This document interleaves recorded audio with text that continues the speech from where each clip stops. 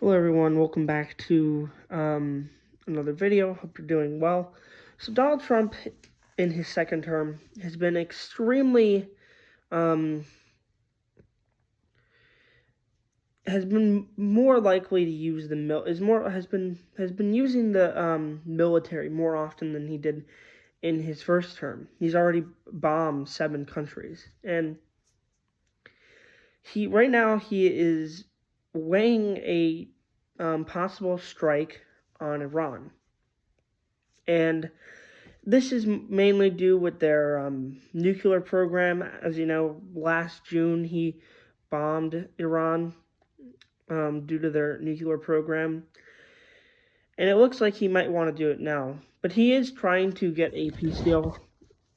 But it is clear that he's weighing the possibility of a strike.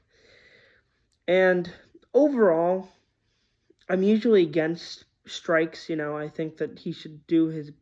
I think he should try to, make a deal. And I don't think he should be striking around. I don't think he should do a regime change.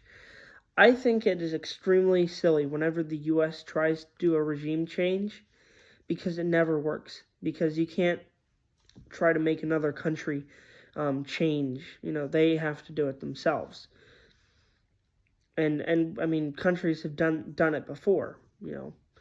But the U.S. always destabilizes a place, and I think whenever whenever a president does a strike in the Middle East, it just continues to destabilize the environment. And he has already started sending multiple carriers over to Iran, and it seems like it's going to be more of a naval and air strike than an actual ground strike. But I think Trump has definitely talked about a possible regime change before.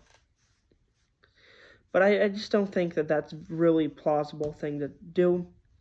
And I don't think even a strike to take out their nuclear capabilities is really a good idea either. I think he should try to make a deal with Iran. But any sort of I'm pretty much always against military intervention unless we've been attacked by another country. So I'm really against any sort of strike. I was against the thing in Venezuela, and I was against the thing in Iran last year, but I am also against the thing this year. But I think another big part of this is that Trump. I think that there's this really silly law that Congress passed back in the 1970s, which basically allows the president to use the military for 40 days, I believe, or something like that, or 60 days.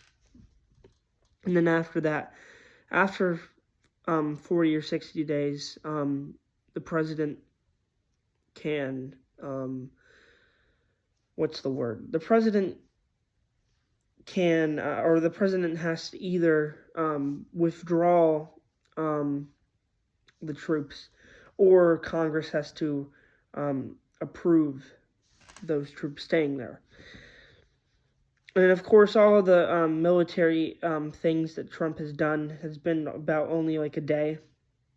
So of course, technically what he is doing is kind of legal, but I think that's a silly rule because the president, the U.S. Constitution was made to give a check on each branch, and especially the executive. And I think that Congress should be, same thing with tariffs, it's any sort of thing. Congress should be the ultimate decider of what we do, because without that, you just have a powerful executive who, just keeps trying to, push the boundaries of executive power. Okay, so that's it for this video. I hope you enjoyed. This was actually a request from a friend of mine. And if you have any requests for me to cover a certain specific topic about politics, please leave it in the comments. All right, bye.